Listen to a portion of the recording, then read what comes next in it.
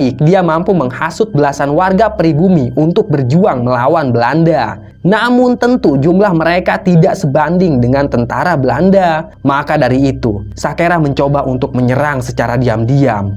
Beberapa orang Belanda berhasil dihabisi. Serangan yang dilancarkan Sakera memang luar biasa. Namun sayangnya, Belanda dengan pasukannya yang banyak dan peralatan tempur yang memadai, mereka bisa menangkap Sakera dan langsung menghabisi lelaki itu. Sakera pun wafat. Dia dikenal sebagai orang yang pemberani melawan Belanda dan membela orang-orang miskin. Namun sayangnya, Sakera belum tercatat dalam sejarah resmi sebagai pahlawan Indonesia. Hai guys, sebelum lanjut nonton, jangan lupa tekan tombol subscribe, like, dan bunyikan tanda lonceng agar selalu dapat notifikasi video-video terbaru dari saya. Terima kasih.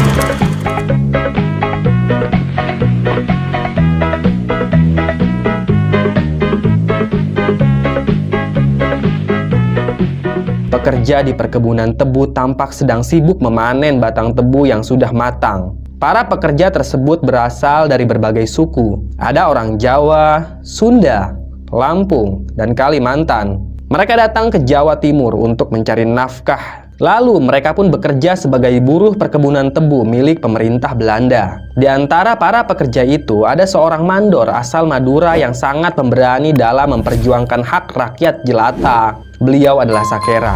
Dia merantau dari Madura ke Bengil, Jawa Timur. Dan berkat keahliannya, dia diangkat sebagai mandor di perkebunan tebu. Siang itu, Sakera sedang sibuk mengatur aliran air yang masuk ke perkebunan. Tugas Sakera memang untuk memastikan suplai air di perkebunan itu agar tetap terjaga. Tak lama kemudian, Sakera mendengar kegaduhan pekerja dan mandor Belanda. Di perkebunan itu, para mandor memang terdiri dari orang Belanda dan orang pribumi. Biasanya, mandor Belanda hanya mengawasi saja dan mengatur uang upah. Nah, kegaduhan yang didengar Sakera adalah soal uang upah. Ia menghampiri kegaduhan itu. Tampak 5 orang pekerja sedang beradu mulut dengan mandor Belanda. "Kami tidak terima kalau upah kami dipotong terus," ucap Sardi, salah satu buruh kebun tebu. "Ini sudah ketentuan perusahaan. Kalian berlima itu kerjanya lamban. Upahnya juga harus dipotong," kata Mr. Van Houten. Mr. Van Houten adalah mandor baru di perkebunan tersebut. Semenjak kemunculannya, para buruh makin tertindas. Dia seringkali memangkas gaji buruh dengan alasan yang tidak masuk akal. Dia kadang mengklaim beberapa orang pekerja yang dianggap lamban, lalu dipotong gajinya. Padahal orang yang kerja di sana masih pada muda, tak ada yang lambat, semua bekerja dengan cekatan. Hasil kerjanya pun sangat memuaskan. Setiap hari berton-ton gula dihasilkan dari perkebunan tersebut. "Saya rasa tidak perlu gaji mereka dipangkas, Tuan. Mereka ini bekerja sangat baik," ucap Sakera. Perawakan Sakera ini tidak terlalu tinggi. Tubuhnya berisi. Dia mengenakan baju hitam dengan dalaman kaos berwarna loreng merah putih. Di pinggangnya, Sakera selalu membawa cerulit. Senjata itu ia gunakan untuk menjaga diri. Sakera tahu betul, di zaman penjajahan banyak sekali ancaman dan kejahatan, baik dari orang pribumi maupun orang Belanda. "Jangan ikut campur kau, aku yang berkuasa di perkebunan ini," ucap Van Houten. Dia sudah fasih berbahasa Indonesia. "Tapi Tuan, perusahaan seharusnya berlaku adil pada para pekerja. Upah mereka sudah kecil, jangan sampai dipotong lagi," ucap Sakera. Van Houten mendorong tubuh Sakera. Ia kemudian memaki-maki Sakera menggunakan bahasa Belanda. Tentu sedikit banyak Sakera paham kata-kata kotor yang keluar dari mulut tuan Belanda tersebut. Sakera saat itu masih menahan diri, tapi tangan kanannya sudah memegang cerulit. Untung saja Van Houten keburu pergi dari sana. Kalau tidak, nyawa mandor Belanda itu pasti sudah melayang. "Kalian sabar saja, besok aku akan ke kantor perusahaan untuk memperjuangkan upah kalian. Sekarang silahkan kembali kerja," ucap Sakera. Mereka pun berterima kasih pada Sakera. "Kami mohon bantuannya ya Pak," kata salah satu buruh bertubuh kurus. "Iya, sebisa mungkin akan aku usahakan agar upah kalian tidak dipotong," ucap Sakera. Keesokan harinya, Sakera mendatangi kantor perusahaan. Dia melobi para pejabat di kantor itu, tapi tidak berhasil. Mereka malah membela mandor yang memotong gaji buruh. Upaya mandor itu tidak berhasil sama sekali. Sakera pun kembali ke perkebunan tebu. Dan betapa terkejutnya ia saat melihat dua orang pekerja terkapar dengan wajah dan tubuh penuh luka memar. "Astaga, kalian ini kenapa?" tanya Sakera. "Tuan Van Houten memukuli kami, Pak," ucap pekerja tebu. "Kenapa dia memukuli kalian?" tanya Sakera. "Kami protes karena hari ini dia memotong upah kami," ucap pekerja. Ternyata setiap hari ada saja buruh yang dipotong gajinya. Kalau Sakera tidak bertindak, maka mandor Belanda itu akan tambah kurang ajar pada buruh perkebunan tebu. Saat itu juga Sakera marah besar. Dia lari menyusuri perkebunan tebu mencari Tuan Van Houten. Ternyata Tuan Van Houten sedang memarahi pekerja lainnya. Sakera sangat murka. Dia mencabut celurit lalu menghabisi Tuan Van Houten. Mandor Belanda itu tidak sempat melawan. Semua pekerja yang menyaksikan kejadian itu sangat kaget. Mereka ketakutan. Satu persatu mereka bubar dan kembali bekerja. Bahkan sebagian pekerja kabur. Mereka takut disalahkan oleh pemerintah Belanda. Lain halnya dengan Sakera, dia tampak santai saja. Tak ada rasa takut sama sekali. Sakera menyeret mayat Van Houten lalu membuangnya jauh dari perkebunan tebu. Keesokan harinya ada laporan kalau Van Houten hilang entah kemana. Pemerintah Belanda pun mengadakan penyelidikan. Mereka menginterogasi para mandor dan beberapa pekerja kebun tebu. Tapi tak ada yang mau membocorkan tragedi itu.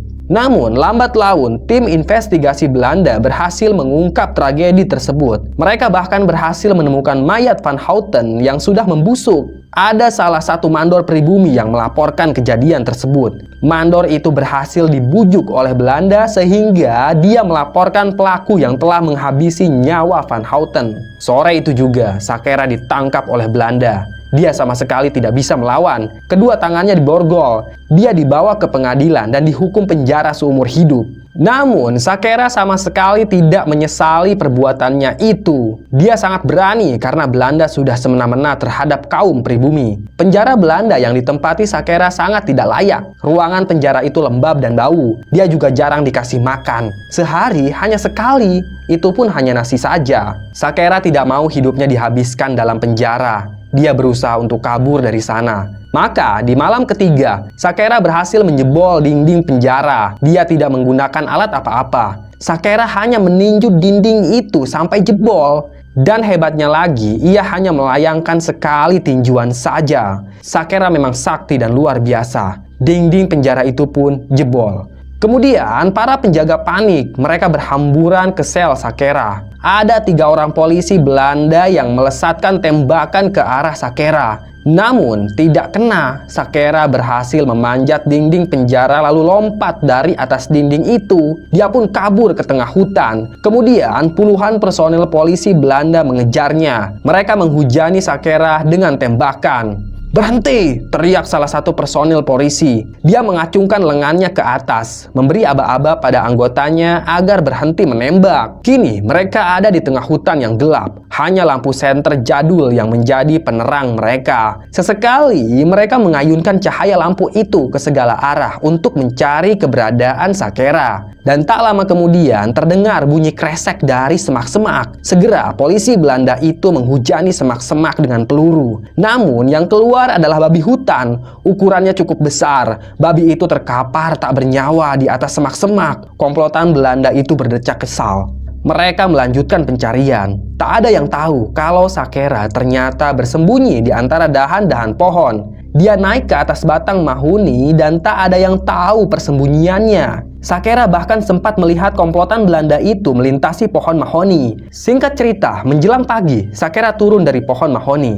Dia mengendap-endap menyusuri hutan tersebut. Namun tak lama kemudian terdengar dari kejauhan suara orang-orang Belanda yang berbicara dengan bahasa mereka. Ternyata dia mampu menghasut belasan warga pribumi untuk berjuang melawan Belanda. Namun tentu jumlah mereka tidak sebanding dengan tentara Belanda. Maka dari itu, Sakera mencoba untuk menyerang secara diam-diam. beberapa orang Belanda berhasil dihabisi. Serangan yang dilancarkan Sakera memang luar biasa. Namun sayangnya, Belanda dengan pasukannya yang banyak dan peralatan tempur yang memadai, mereka bisa menangkap Sakera dan langsung menghabisi lelaki itu. Sakera pun wafat. Dia dikenal sebagai orang yang pemberani melawan Belanda dan membela orang-orang miskin. Namun sayangnya, Sakera belum tercatat dalam sejarah resmi sebagai pahlawan Indonesia. Selesai.